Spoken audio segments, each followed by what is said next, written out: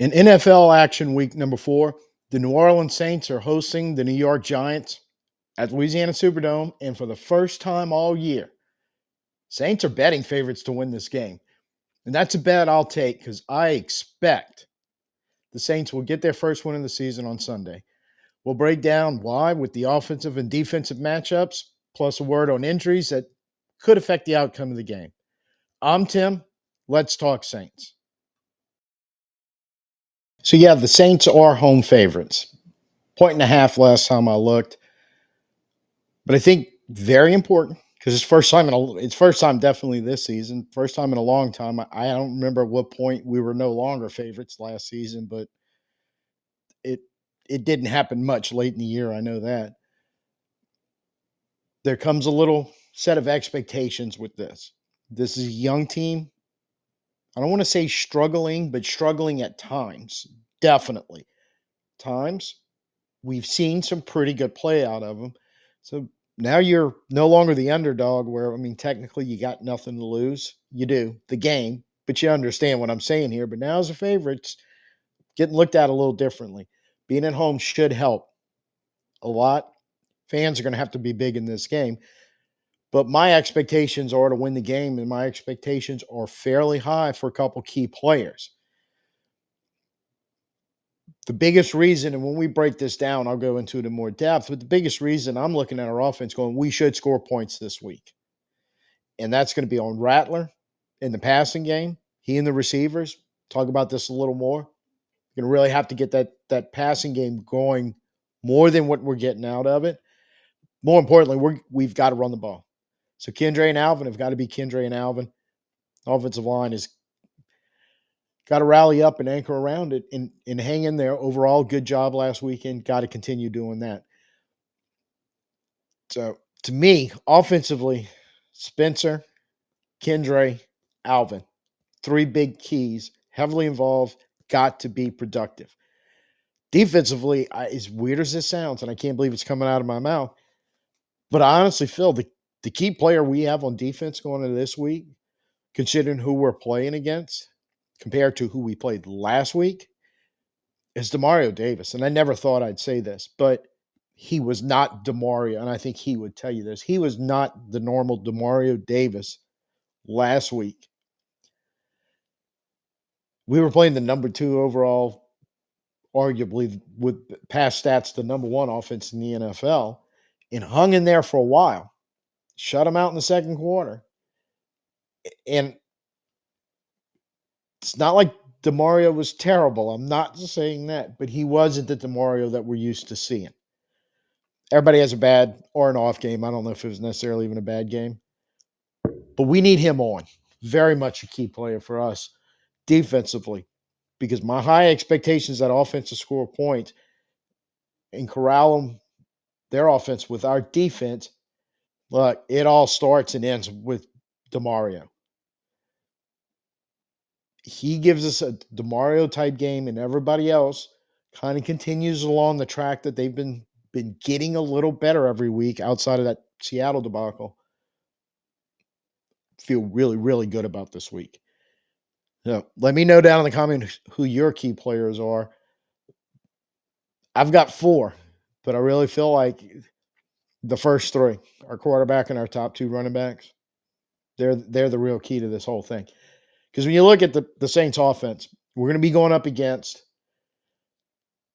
Shane Bowen defense. He's their defensive coordinator. Prior to Dayball hiring him in 2024, he was Tennessee's defensive coordinator, 21 to 23. He was part of the Vrabel purge when all that madness happened. When he was with the Titans, there's 2 things that defense did really, really well. They were super efficient in the red zone. They didn't give up touchdowns. And they were really good at not allowing the other team to run the ball. They basically had the philosophy, you're not going to run on us, you're not going to score touchdowns, good luck.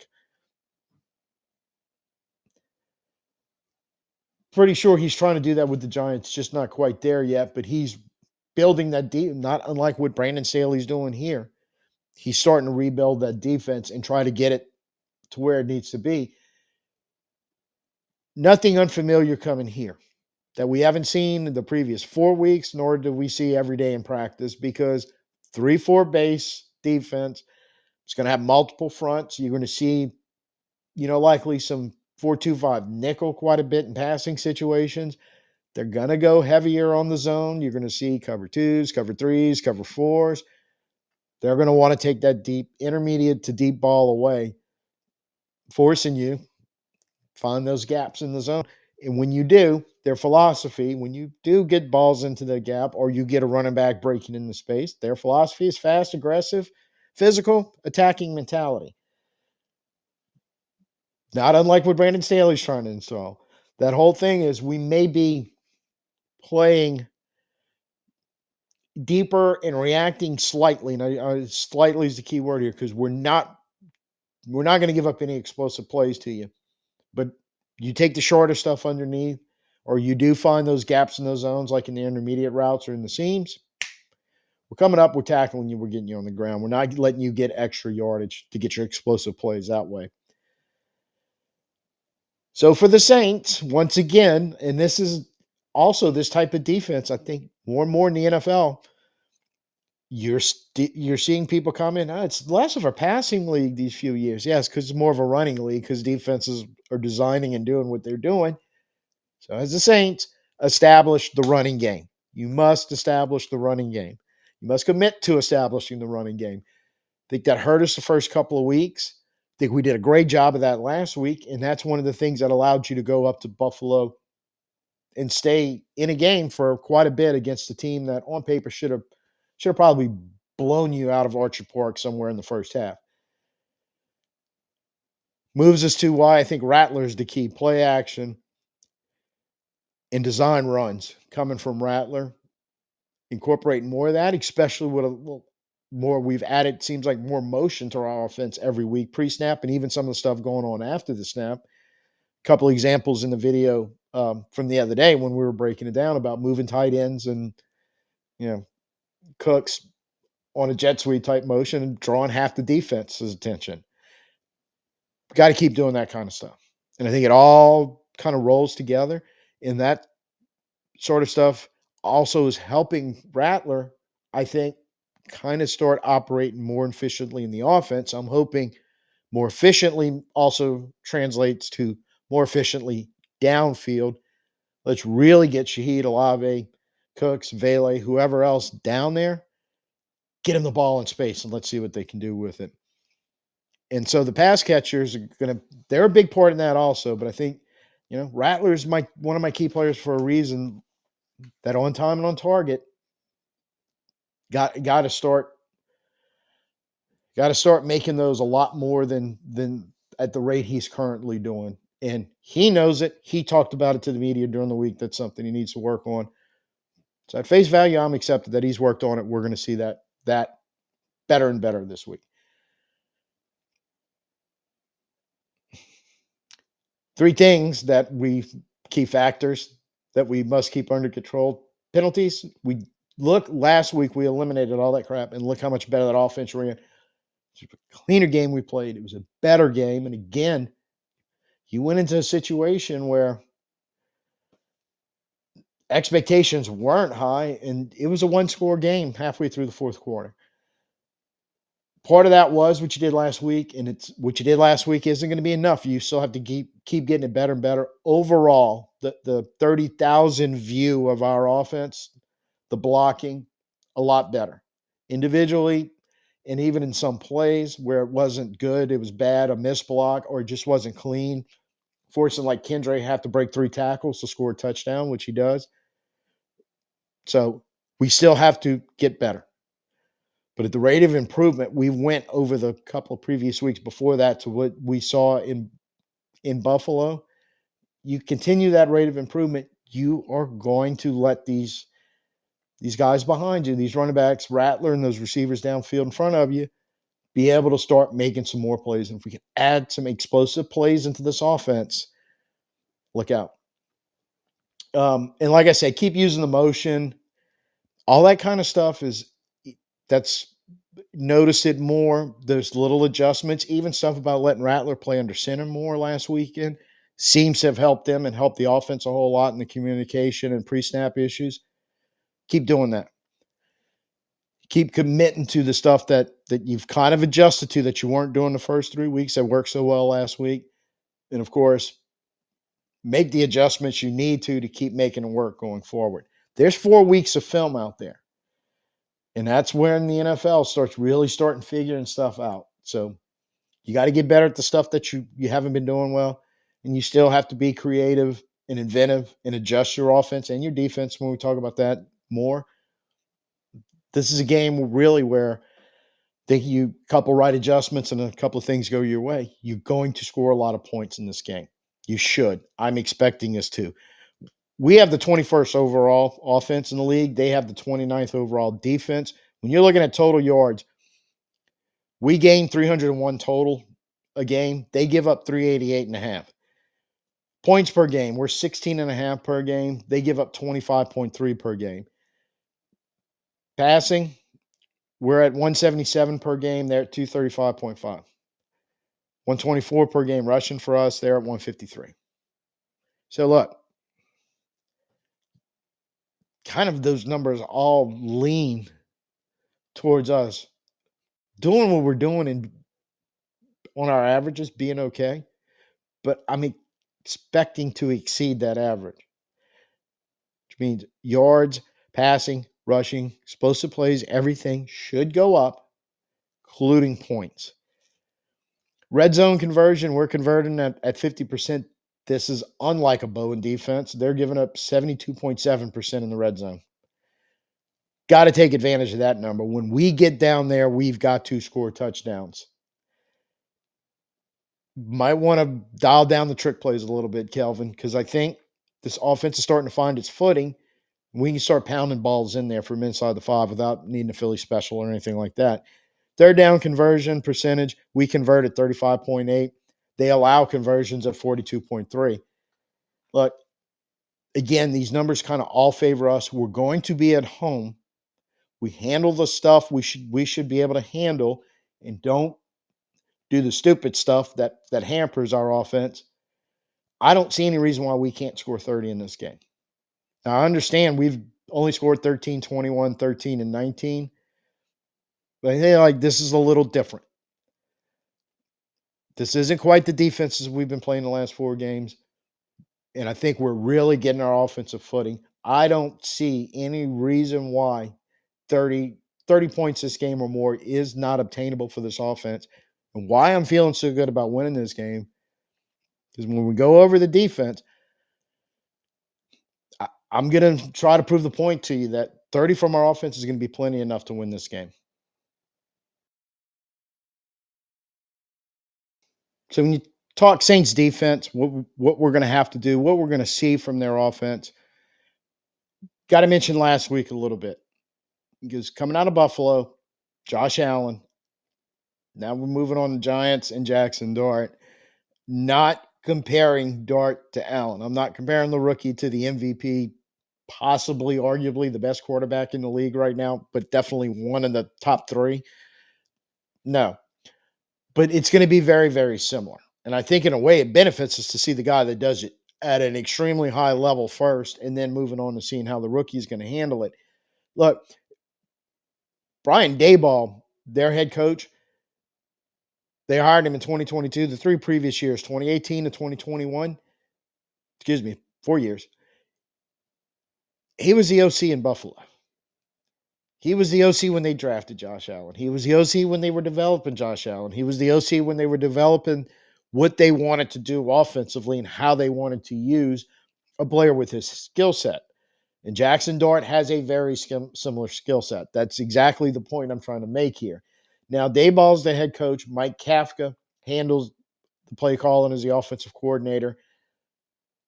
Second week in a row, a coordinator that we had a cup of coffee with about our head coaching job a few months ago, but weird. Um, but so you can kind of expect some version, scheme, philosophy, not exactly identical by any stretch, but what you saw last week. I think that's a reasonable expectation. And, kind of almost in a West Coast style, spread it around, short, medium game, offense in the passing game, trying to get balls to playmakers, let them go make plays. Um, Not unlike what we saw in Seattle 2 weeks ago, more so than what we saw in Buffalo last week. They're going to want to run the ball. They're going to want to run it with Cam Scatterboo, who, as Saints fans, I think most people are on board with me in this concept. If we had a chance to draft him, really wanted to draft him, didn't work out. But he's already established himself as the number one running back for the Giants, and he's scary, scary good. There's no doubt about it. So that running game between those two, not to mention sprinkle in Dart's ability, not only design runs, look, he's going to move around. It's going to be a chance for RPOs. It's going to be a chance for rollouts. You have problems with the pass rush and not getting to him. He can hurt you there, slip through some cracks if they want to use him on roll. The whole playbook is basically open for mobile quarterbacks when you got him. So you've got to contend with that running game, and they're going to want to use that, like I said, with that sprinkle of West Coast style type passing game. Keep chains moving, stay ahead of the chains, be fair on down and distance so they can set you up for the big deep shot. Because they're going to want to take the big deep shot. There's no doubt about that. They normally used to take the big deep shot that be scary with Malik Neighbors. Unfortunately, Malik Neighbors hurt his knee last week. He is done for the year. And I've seen people on Twitter and other places, pulling a list of their starting wide receivers now that Neighbors isn't there, and almost treating it like they're not a bunch of NFL receivers who are pretty good, fairly good at least. And definitely not giving any respect to him. And I hope the Saints don't do that because Darius Slayton is a veteran who's capable of doing, he's never been a true number one, but he's a guy that's come up with some big games here and there. And they have Wan'Dale Robinson, who is the type of receiver. Historically, it doesn't matter what defense we're running or who's calling it, gives the Saints fits and causes big problems. The smaller, quicker, fast, really explosive guy that when he gets into space, when you blow a coverage, when you miss a tackle, all that stuff and gets hands on the ball, you probably don't have anybody in your defense that's going to run him down and stop him. You can't let him break loose. You can't throw him a 1 yard pass and have him go break a tackle or two and house it from 44 yards, like Khalil Shaker last week. I remember this stuff happened all the way back to Flipper Anderson on a Monday night game 30 something years ago, for those of you old enough to remember. Guys like that concern me. But he's a young guy in his second or third year as a receiver. They're going to try to get him involved. Dayball and Kafka would be idiots not watching what goes on our defense going, there's some areas where we can, just like Buffalo did last week with the bubble screen, the shaker, some areas where we're going to be able to get him the ball. If he can get into space, he can hurt him, and he can hurt him badly. So that's the guy that I'm looking on in their passing game right now. It's like they have some other weapons, despite what some people think, but that's the guy that's the guy that could really, really hurt us. Make sure you keep him under control. I do not want a repeat of Khalil Shaker on the first drive that we got last week. Now, I don't know if he's going to be the focal point of the passing game, but I will say this: if I was offensive coordinator, I am damn sure trying to get him the ball. When you look at the numbers between the two teams, Saints defense, number 18 overall, Giants offense, number 20 overall. Numbers are really same. Total yards, 324 a game for us, 317 a game for them. Almost split evenly with the run pass. Like we give up 205, they throw for 204. We give up 118 in the run, they run for 112. So it's what and what. Points per game, they score 31.7. We give up 30.3. Red zone conversion. Um, Defense gives up 76.9% of the time in the red zone. They have the lowest conversion rate in the NFL offense. They only get points out of 26.7% of the time. There's your key number, okay? Keep them from scoring touchdowns because I feel like we will be scoring touchdowns, to circle back to segment one. And that's one of the things I'm looking at. There you go. There's a number you can latch on that you can take advantage of, even if you give it up yards. Don't give up the explosive plays and let him score that way, like letting losing sight of somebody like Robinson, and crank it down hard, even if they manage to work it in the red zone. At the very least, let them try to attempt a field goal. Do not let them score touchdowns because I'm pretty sure we're going to score them. We come out of this game really, really well that way if you don't let them score touchdowns. And how do you do that? Well, the point number one, there's 5 things we have to do really, really well to be able to handle that. And they are tackle, tackle, tackle, tackle, and tackle. We cut down on our crazy high numbers of missed tackles. I'd settle to this point almost just cutting them in half and holding them to like 5 or 6 a game. You're going to eliminate a lot of the problems that you have that gives up yards and more specifically points, and more specifically giving up points due to explosive plays, 20 plus, 30 plus yards, 44 last week to Shaker, 43. So got to keep them out the end zone. Got to get them off the field on third down on defense. This is all going hand in hand. Keep your penalties down, but you got with the crowd, home crowd, not that home crowd. I was there for the Frisco game, and even though we were outnumbered, large part of what we did have in the crowd is just sitting there waiting for reasons for them to give us reasons to get in the game. Get some run stuff, get some tackles behind the line of scrimmage, get some real pressure that results in sacks, some batted balls down at the line, not letting him pick up a big completion while you have bodies around that quarterback and making his life difficult. Did very good job with that stuff last week for large portions of the game, not all 4 quarters. Make sure you have the good coverage in the pass breakups. Go get the ball when you've got a chance to go make a play on it.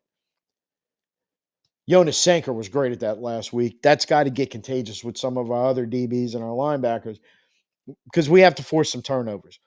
We're not forcing enough, so we're hanging around even on turnover margin. We're not really turning it over on offense very much compared to teams around the league, but we're not really forcing them either.